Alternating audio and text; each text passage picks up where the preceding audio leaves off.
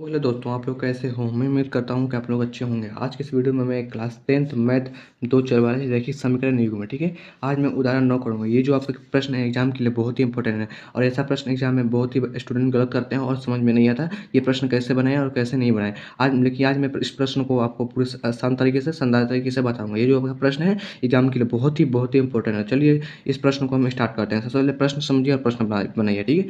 तो देखिए, आइए अनुच्छेद अनुच्छेद मतलब क्या, देखिएगा आप किताब में अनुच्छेद 3 के उदाहरण क्या दो में देखिए दो को लेके, ये दो है, ठीक है।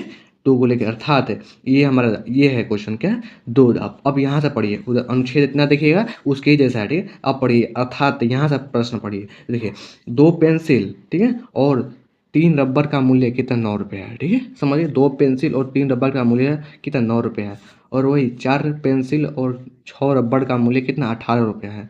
तो समझिए, तो प्रत्येक पेंसिल और प्रत्येक रबर का मूल्य ज्ञात, इसका हमको पेंसिल और रबर का मूल्य ज्ञात करना है। मतलब अभी साफ नहीं तो नहीं बोला है कि इतना मूल्य, पेंसिल का इतना रुपया है और रबर का इतना रुपया है, नहीं बोला, दोनों का बोला था। चलिए हम बनाते हैं। तो देखिए, सबसे पहले हम क्या करेंगे, हल यहाँ पर लिखेंगे। तो देखिए यहाँ पर हम क्या हल लिखेंगे, हल हल लिखेंगे। तो देखिए, हल में हम क्या लिखेंगे, मानेंगे, ठीक है। जब ऐसा प्रश्न हो तब मानेंगे, ठीक है।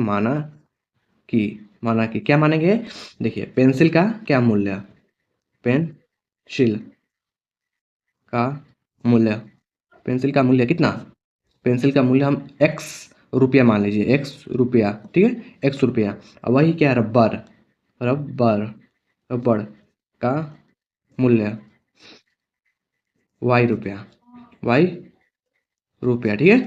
समझ गए। तो देखिए वाई रुपया। तो देखिए अब चलिए प्रश्नानुसार चलते हैं, ठीक है। अब समीकरण हमको समीकरण निकालना है। तो लिखिए यहाँ प्रश्नानुसार, प्रश्न के अनुसार, प्रश्नानुसार।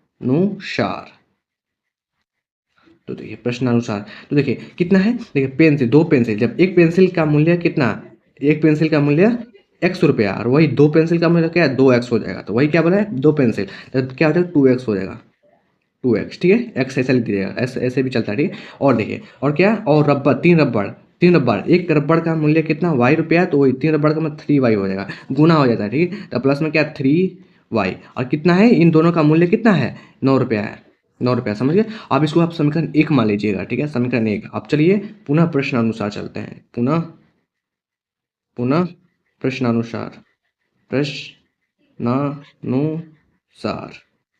ठीक है।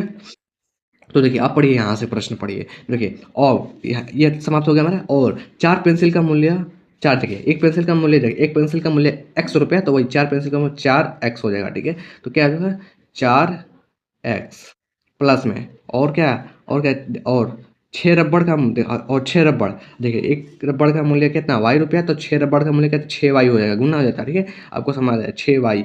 और बराबर कितना है इसका, ये दोनों का मूल्य कितना है, 18 रुपया, 18 रुपया, ठीक है। और ये प्रश्न में बोला है कैसे, अब इसको हम कैसे कैसे हम करेंगे, प्रतिस्थापन विधि से कि विलोपन विधि से कि क्या, वृक्ष गुणन विधि से, आप किसी से हल कीजिए। चलिए हम प्रतिस्थापन विधि से करते हैं। तो देखिए यहाँ पर आप लिख दीजिए क्या, प्रतिस्थापन विधि से, विधि से, ठीक है, प्रतिस्थापन विधि से, ठीक है, प्रतिस्थापन विधि से हल करेंगे। तो प्रतिस्थापन विधि कैसे हल होता है, देखिए हम लिखेंगे समीकरण नंबर 1 से, समीकरण नंबर 1 से, ठीक है।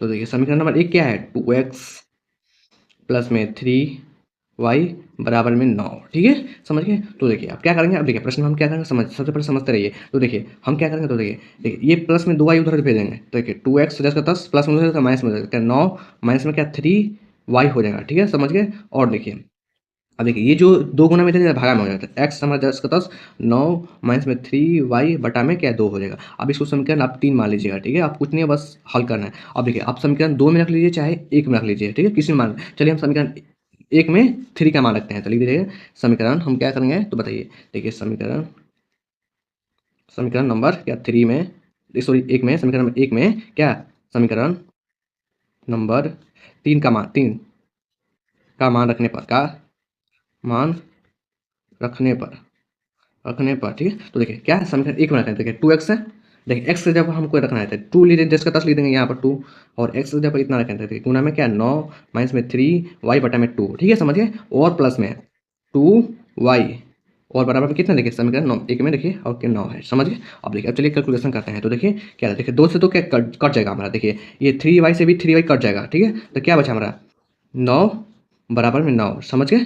तो देखिए समझिए 9 बराबर में 9 बच गया। तो हम अतः लिख देंगे, अतः आप लिख दीजिएगा प्रतिस्थापन स्थापन स्थापन विधि से हल नहीं होगा, ठीक है। तो लिख दीजिएगा अतः कथन, जो ये कथन क्या असत्य